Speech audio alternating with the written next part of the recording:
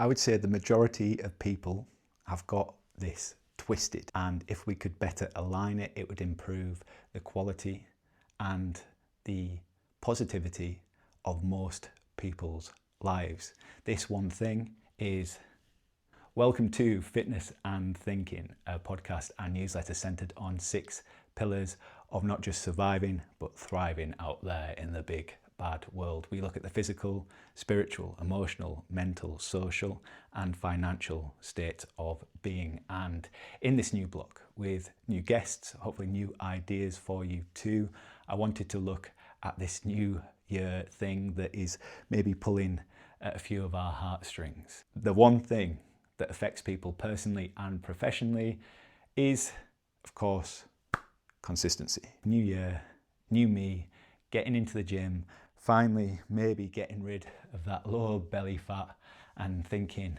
yep, this is the only thing that's holding me back from true love or success. This bit around my stomach, if I can shift that, then everything's going to be better from here. I felt it. Maybe you're feeling it too. I can say that having a six-pack won't necessarily improve the quality of your life if you don't learn the things that enable you to attain it and then maintain it. If you're consistently inconsistent or inconsistently consistent and you have a specific goal in mind but feel like you never achieve it or that it's not the quality that you hoped for, then I think in this episode we can get into some real world ways to land it, to make sure that actually what you want and how you get there are better aligned. I want to suggest that a 4 to 6 out of 10 effort applied every single day is going to mean more in the long run than a burst of 9 out of 10 and stopping. And you know that I'm not the first person to say this. This is what's so frustrating about some of these insights, is that they've been around for millennia. This is the tortoise and the hare. Who wins the race? It is, by all accounts, the tortoise. The hare sprints. He bursts ahead, sleeps, and the tortoise just keeps on going. The hare notices this, wakes up, bursts ahead, sleeps, but the tortoise keeps on going. And that's the point. You've got to keep on going, whether you have a win or a loss. If we're talking about battles and wars, you know that you can lose a battle and still win the war, provided that you keep on going. And I think this is where people come unstuck. So for people who are grabbing their lower belly fat and they have more than a healthy amount of it, but they've tried things like clean eating and getting the steps and going to the gym and going swimming and keto and maybe even Manjaro. Maybe you have tried clean eating, yeah, or maybe you have tried keto and you tried it, you did really well with it for, let's be generous and say 2 months. And in that time, you noticed differences. In that time, people noticed you looking different.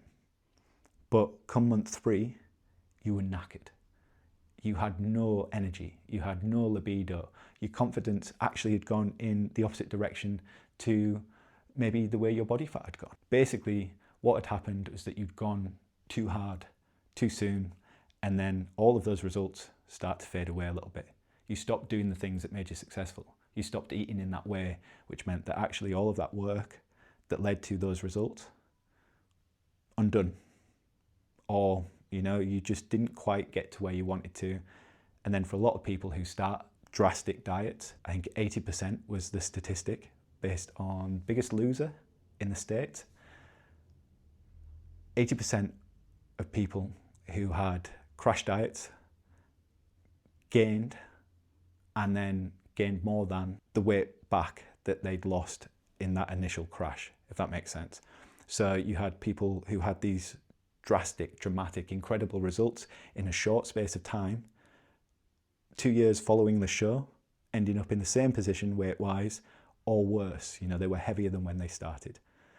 They applied themselves to this burst, but didn't keep it going. Sheffield 10K. I went out too soon, absolutely hit a wall, cramps. I had to walk. This was not my game plan. I ended up doing a 10K that was better than my first 10K, but a lot slower than what I was aiming for. Yeah, it's that thing about going too soon and then finding yourself not finishing in the way that you wanted to. Maybe it's a case of you eating well all the time, Monday to Thursday. You know, it's not keto, it's not necessarily drastic. It's just you eating below your maintenance and you're making good choices. It's fruit, it's vegetables, you're not eating as many sweets or chocolates. But then at the weekend, you're eating all the sweets and all the chocolates. And those fruit and those vegetables, they're nowhere to be seen. So you have a week that goes the other way. Actually, it's front loaded with goodness. And then at the end of it, you shoot back up. That's maybe going to work in the sense of you could over time see a downward trend if weight loss was your goal. But it's also really difficult to wake up on a Monday morning after a heavy weekend and feel good about yourself and maybe feel motivated to go in a certain way, particularly if you're just craving now sugar, sweets, alcohol, whatever it is. Maybe you go to the gym in January. Maybe you work out really hard. I'm not taking the mick, you do. Like, this is the most effort you've ever put into a training plan. You go in 3 to 4 times a week. You know, you weren't doing anything before that, and you're doing cardio as well. But then you eat your McDonald's afterwards, and you do that after every single gym session. And in February, the scales haven't shifted at all, and you don't understand it because you've worked harder than you ever had before. Why has it not worked?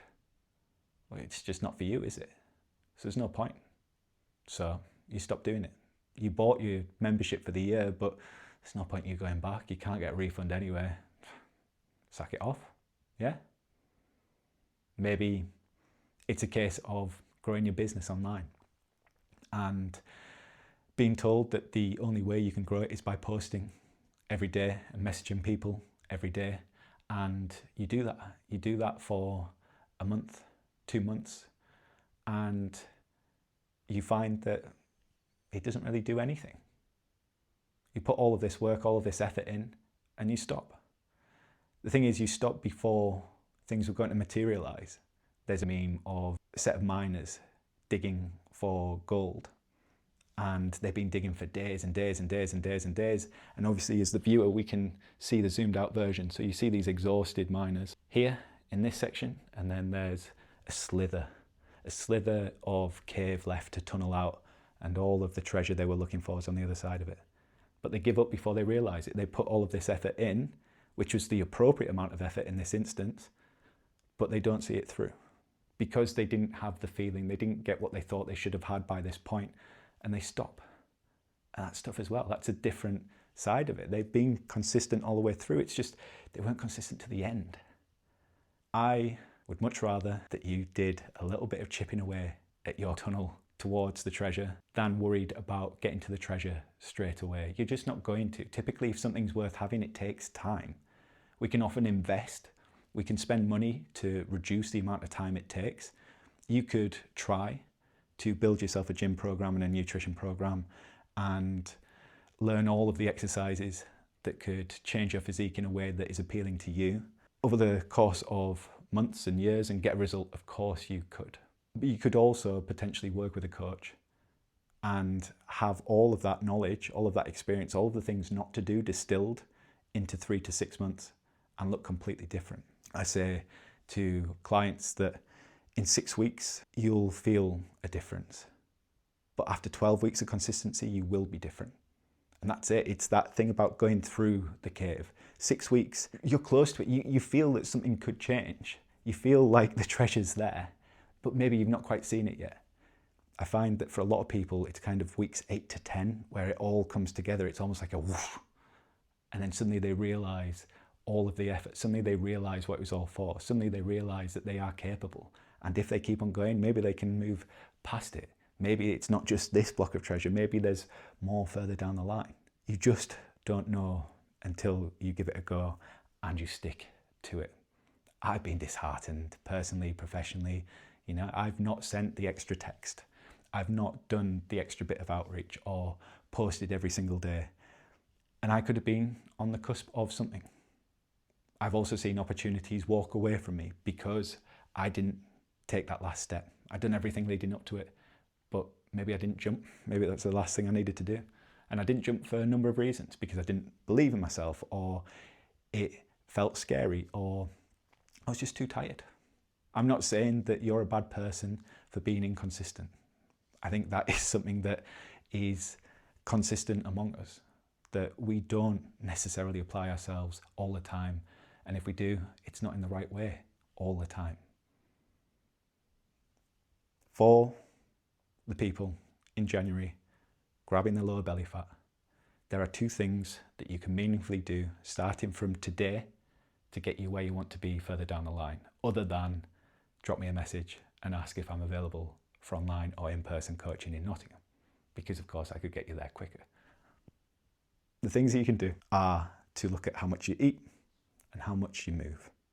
Yeah, don't worry about hormones, don't worry about Joe Wicks, don't worry about keto, don't worry about any of this stuff. Just track how much you eat and how much you move.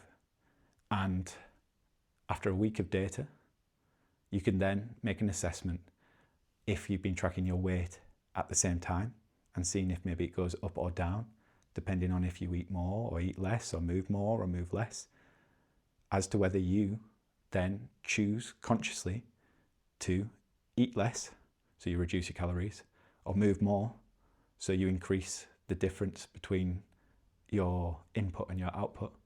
Or maybe you do both, you drop your calories a little bit and you move a little bit more, and that will help you over time lose fat.